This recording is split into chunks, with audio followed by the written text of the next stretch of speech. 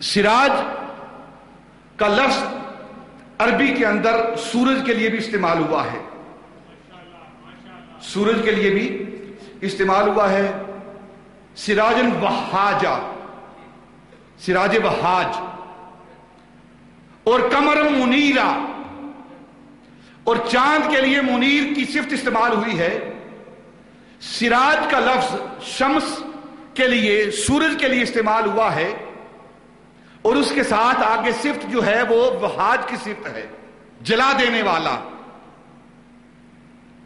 راکھ کر دینے والا، وہ شمس جو راکھ کر دینے والا وہاج ہے، وہاجیت بیان ہوئی ہے، وہ جلا دینے والا ہے، ختم کر دینے والا ہے، اور جو اس کے سامنے، اس کی حرارت کے سامنے پانی آتا ہے وہ مائع حمیم بن جاتا ہے۔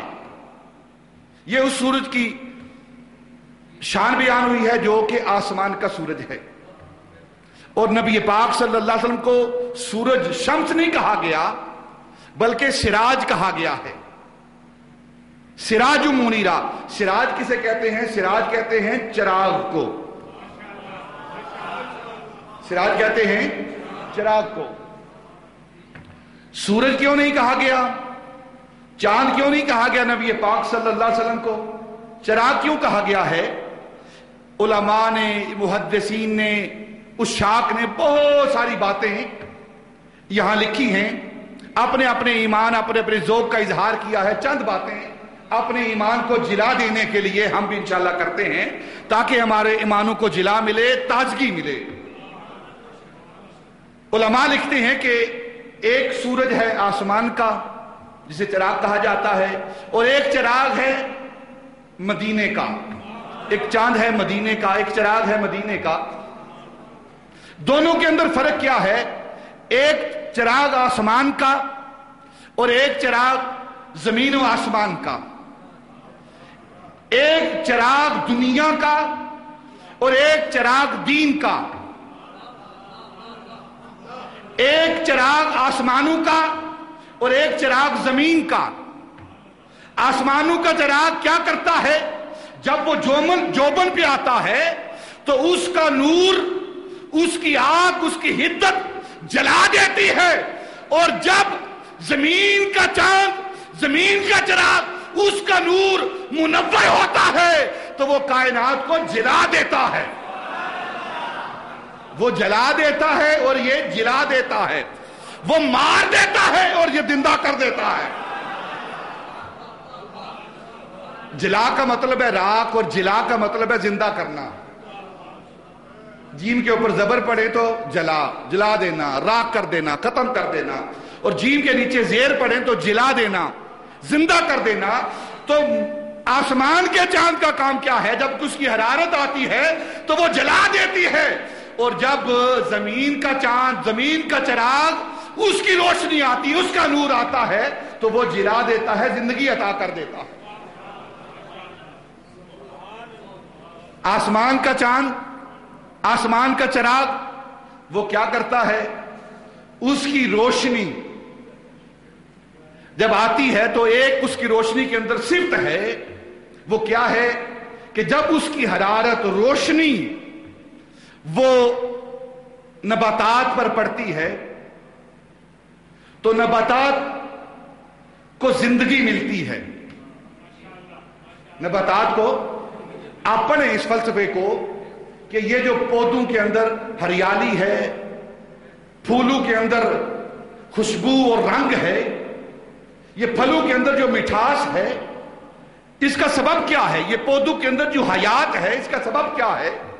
اس کا سبب یہ ہے کہ سورج کی حرارت ان تک پہنچتی ہے، اور اس کی حرارت کی وجہ سے پھولوں کے اندر خوشبو اور رنگ پیدا ہوتا ہے، پھلوں کے اندر ذائقہ اور مٹھاس پیدا ہوتی ہے، درختوں کے اندر ہریالی پیدا ہوتی ہے۔ یہ سورج کا فیض ہے، یہ آسمان کے چراغ کا فیض ہے کہ جب اس کا فیض زمین پر پڑتا ہے تو حیات آتی ہے، زندگی ملتی ہے، اور جب مدینے والے چراغ کا فیض دنیا کے اندر پہنچتا ہے تو اس سے کیا ہوتا ہے؟ ایمان کو حیات ملتی ہے، ایمان کو حیات ملتی ہے۔ یہ مدینے والے چراغ کا فیض ہے. آسمان کے چراغ کا فیض یہ ہے کہ وہ نباتات کو زندگی دیتا ہے، اور مدینے والے چراغ کا فیض یہ ہے کہ وہ ایمان والوں کو زندگی دیتا ہے، ایمان کو زندگی دیتا ہے. آسمان کے چراغ کا فیض یہ ہے کہ وہ پھلوں کے اندر، پھولوں کے اندر مٹھاس پیدا کرتا ہے، اور مدینے والے چراغ کا فیض یہ ہے کہ ایمان والوں کے سینے کے اندر جو ایمان ہے اس کے اندر مٹھاس پیدا کرتا ہے. یہی وجہ ہے کہ حضرت امام بخاری نے بخاری شریف کے اندر ایک باب نقل کیا ہے، باب حلاوت الایمان.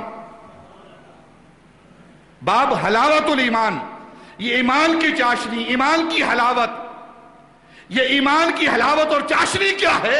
حضرت امام بخاری رضی اللہ تعالیٰ عنہ نے اس باب کو باندھ کر یہ بات کی طرف اشارہ کیا ہے کہ اگر پھلوں اور پھولوں کے اندر آسمان کے چراغ سے حلاوت پیدا ہوتی ہے، تو سینے کے اندر جو زمین ہے، اس کے اندر جو ایمان کا پھل ہے، اس پھل کو مدینے والے چراغ سے حلاوت اور چاشنی پیدا ملتی ہے.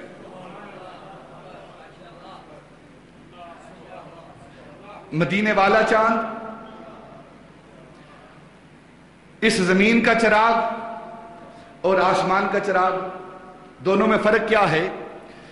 جب آسمان کا چراغ، جسے سورج کہتے ہیں، شمس، سراج، جب وہ طلوع ہوتا ہے تو سوئے ہوئے جاگ جاتے ہیں.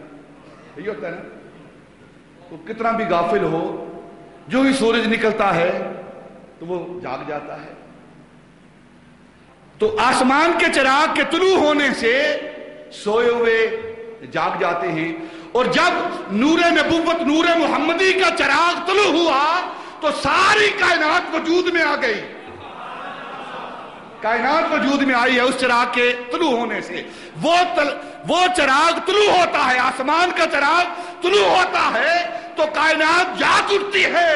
اور جب مدینے والا چراغ، اللہ کے نور رکھنے والا چراغ، جب یہ طلوع ہوتا ہے تو ساری کائنات وجود میں آ جاتی ہے، کیونکہ نبی پاک صلی اللہ علیہ وسلم کے نور سے، نجم کا ایک معنی میں نے کیا تھا کہ آپ اصل کائنات ہیں.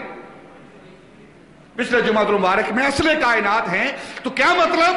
کہ اصل کائنات کا مطلب یہ ہے کہ آپ کی وجہ سے کائنات وجود میں آ گئی ہے، اب کائنات کی اصل ہیں. وہ نکلتا ہے تو کائنات، انسانوں کو بیداری آ جاتی ہے، نیند سے وہ اٹھ کھڑے ہوتے ہیں. اور جب مدینے والا سراج، چراغ، جب وہ ظہور میں آتا ہے تو اس کے ظہور کے آنے کی وجہ سے کائنات کو وجود ملتا ہے. اللہ رب العزت نے نبی پاک صلی اللہ علیہ وسلم کی ذات ببرکات کو سورج اور چاند نہیں کہا بلکہ سراج منیر کہا ہے. اس کا ایک سبب کیا ہے؟ سورج کی شان یہ ہے، یہ جو آسمانی سورج ہے، آسمانی چراغ ہے، اس کی شان یہ ہے کہ اس سے دوسرا سورج روشن نہیں ہوتا. یہ کسی دوسرے سورج کو روشن نہیں کرتا، خود روشن ہے لیکن کسی دوسرے سورج کو روشن نہیں کرتا. اس سے کوئی دوسرا سورج روشن نہیں ہو سکتا. یہ صرف اپنے وجود کو روشن رکھتا ہے لیکن کسی دوسرے وجود کو روشن نہیں کرے گا. اس کو ظاہر کرے گا لیکن روشن نہیں کرے گا.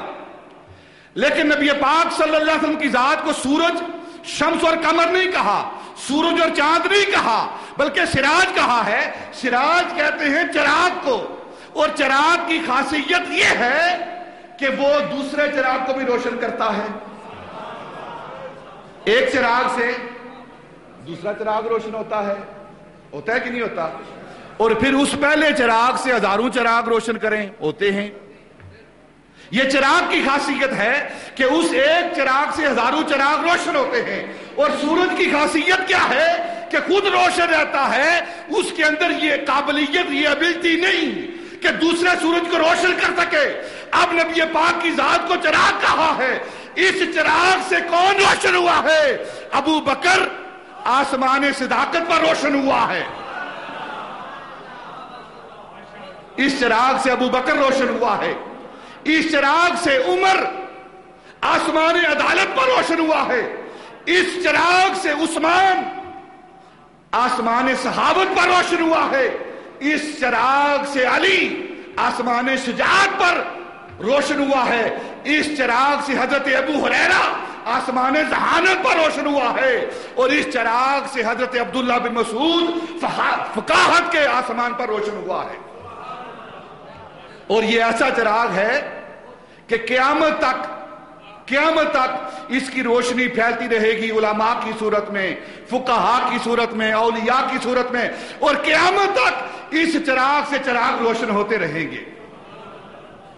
اور پھر جو اس چراغ سے روشنی لیتا ہے وہ چراغ کبھی بجھتا نہیں ہے۔ جو چراغ مصطفی سے روشن ہوتا ہے، جو سراج نبوی سے روشن ہوتا ہے، وہ چراغ ہمیشہ ہمیشہ کے لیے جلتا ہے، اسے زمانے کے آندیاں، زمانے کی آب و ہوا اسے بجھا نہیں سکتی۔ بجھا سکے نہ زمانے کی آندیاں جن کو، بجھا سکے نہ زمانے کی آندیاں جن کو، تیری کملی میں وہ چراغ جلتے ہیں۔ وہ چراغ وہ اہل بیت کے چراغ ہیں، وہ صحابہ کے چراغ ہیں، وہ علماء ربانیین کے چراغ ہیں، وہ اولیاء اور صالحین کے چراغ ہیں جو قیامت تک روشن رہیں گے۔ اور اسی چراغ سے روشنی دینے والے جو اولیاء ہیں، ان میں داتا علی اجمیری، خواجہ اجمیری، مجدد ثانی، حضرت بہاؤالدین زکریا ملتانی کی ذاتیں ہیں جن کے چراغ ہزاروں سال سے جل رہے ہیں، روشن ہیں، اور قیامت تک جلتے رہیں گے۔ تو اس چراغ کی شان یہ ہے، اس آپ کو چراغ کہا گیا ہے، سورج نہیں کہا گیا۔ اس لیے نہیں کہا گیا کہ سورج خود اپنے آپ کو روشن رکھتا ہے، کسی دوسرے کو روشن نہیں کرتا۔ اس کی مثال دیتا ہوں ایک بات سمجھانے کے لیے۔ رات کا اندھیرا ہے، دیوار پہ کچھ لکھا ہوا ہے، کالی سیاہی سے دیوار کے اوپر کچھ لکھا ہوا ہے۔ رات کے اندھیرے میں آپ اس کو پڑھیں گے، نہیں پڑھا جاتا، چھپا ہوا ہے۔ اب صبح سورج طلوع ہوا ہے، تو سورج جب طلوع ہوا ہے تو اس نے کیا کیا ہے؟ اس نے اس لکھی ہوئی دیوار کو روشن کیا ہے؟ نہیں، واضح کیا ہے۔ اس کی سیاہی کو واضح کیا ہے، اس کی سیاہی کا اظہار ہوا ہے، اس کی سیاہی واضح ہوئی ہے، وہ لکھا ہوا واضح ہو گیا ہے۔ رات کے اندھیرے میں وہ نظر نہیں آتا تھا، سورج نے اس کو آ کر واضح کر دیا ہے۔ لیکن تاجدار مدینہ کی ذات کیسی ذات ہے کہ جب دیوار پر سیاہی لگی ہو تو سورج اس کو مٹاتا نہیں، دکھاتا ہے، اور جب سراج مصطفی کا چراغ روشن ہوتا ہے تو اس چراغ کی برکت کیا ہوتی ہے؟ انسان پر گناہوں کی سیاہی لگی ہو تو وہ گناہوں کی سیاہی مٹا دیتا ہے، مٹا دیتا ہے۔ نبی پاک صلی اللہ علیہ وسلم کا چراغ روشن ہوا، کفر کی سیاہی مٹ گئی، شرک کی سیاہی مٹ گئی، گناہوں کی سیاہی مٹ گئی، اور سینہ صاف شفاف ہو گیا ہے۔ یہ چراغ مصطفی کی شان ہے۔ اور پھر آپ ایک بات پر غور کریں کہ اللہ رب العزت نے اپنے محبوب کو چراغ کہا ہے، شمس و قمر نہیں کہا۔ اس کا سبب کیا ہے؟ اس کا سبب یہ ہے، اگر آپ قرآن کا مطالعہ کریں، حدیث کا مطالعہ کریں، تو ایک وقت آئے گا کہ چاند اور سورج دونوں کو ختم کر دیا جائے گا۔ میدان حشر کے بعد چاند اور سورج، قیامت کے بعد ان دونوں کو ختم کر دیا جائے گا۔ اور محبوب کو اس لیے چراغ کہا ہے، سورج اور چاند نہیں کہا، کیونکہ چاند اور سورج ختم ہونے والے ہیں۔ چاند اور سورج ایک دن آئے گا، ختم ہو جائیں گے، ان کی ہستی فنا ہو جائے گی، ان کی ہستی کو مٹا دیا جائے گا، اور محبوب کو ایسی حیات عطا کی ہے، سراج کہہ کر محبوب کائنات کی ہر شے مٹ جائے گی، لیکن تیری ذات باقی رہے گی، تیری ذات باقی رہے گی۔ اس لیے محبوب کو چاند اور سورج نہیں کہا، سراج کہا۔ کیسی باتیں یہ علماء، یہ اولیاء، یہ عشاق لوگ اپنے محبوب کے بارے میں کرتے رہتے ہیں۔ سراج کہا ہے، سورج اور چاند نہیں کہا۔ اس کی ایک وجہ یہ ہے، من جملہ وجوہات میں سے ایک وجہ یہ ہے کہ سورج اور چاند یہ اپنی منازل پر، اپنے سفر پر، اپنے راستے پر سفر کرتے ہیں، اپنے راستے پر سفر کرتے ہیں۔ قدرنا منازلہم، قرآن کہہ رہا ہے ان الشمس والقمر قدرنا منازلہم، شمس و قمر کی منازل ہیں، راستے ہیں، مشرق سے نکلتا ہے، مغرب میں جا کر غروب ہو جاتے ہیں۔ یہی ہے نا، سورج مشرق سے نکلتا ہے، مغرب میں جا کر، ان کی منازل کو متعین کر دیا گیا ہے۔ کسی اور مطلع سے، کسی اور منزل سے، کسی اور مقام سے یہ طلوع نہیں کر سکتے۔ سورج مشرق سے نکلتا ہے اور مغرب میں جا کر غروب ہو جاتا ہے، چاند رات کو نکلتا ہے، صبح کے وقت غروب ہو جاتا ہے۔ ان کی منازل ہیں، اور اگر اپنی منزل کے علاوہ یہ طلوع کریں تو ساری کائنات کا نظام خراب ہو جاتا ہے۔ اپنی منزل کے علاوہ اگر یہ طلوع کریں تو پھر کیا ہوتا ہے، یہ روشنی نہیں دیتے۔ کہ دیتے ہیں، سورج اگر شمال سے نکل آئے تو کیا ہوگا؟ کیا ہوگا؟ نظام ختم ہو جائے گا، نظام ختم ہو جائے گا، درم برم ہو جائے گا، روشنی نہیں دے گا وہ۔ کیوں؟ اللہ رب العزت نے اس کی، دیکھیں جب سے کائنات بنی، جب سے سورج بنا ہے، وہ اپنی مقدار میں نکلتا ہے، اپنی منزل سے نکلتا ہے، اپنی منزل پر جا کر غروب ہوتا ہے، اپنے راستے چلتا ہے، اس راستے پر چلتا چلتا دوسرے راستے پر جا کر، دوسرے مقام پر جا کر وہ غروب ہو جاتا ہے۔ اپنی لائن سے، اپنے راستے سے، اپنی سڑک سے ہٹتا نہیں، اپنے مقام سے جدا نہیں ہوتا۔ اگر جدا ہوگا تو نظام درم برم ہو جائے گا، نظام خراب ہو جائے گا، وہ روشنی نہیں اندھیرا دے گا۔ اس لیے سورج اور چاند نہیں کہا، اپنے محبوب کو سراج کہا ہے، اور سراج جس مرضی مقام پر اس کو اٹھا کر لے جائیں۔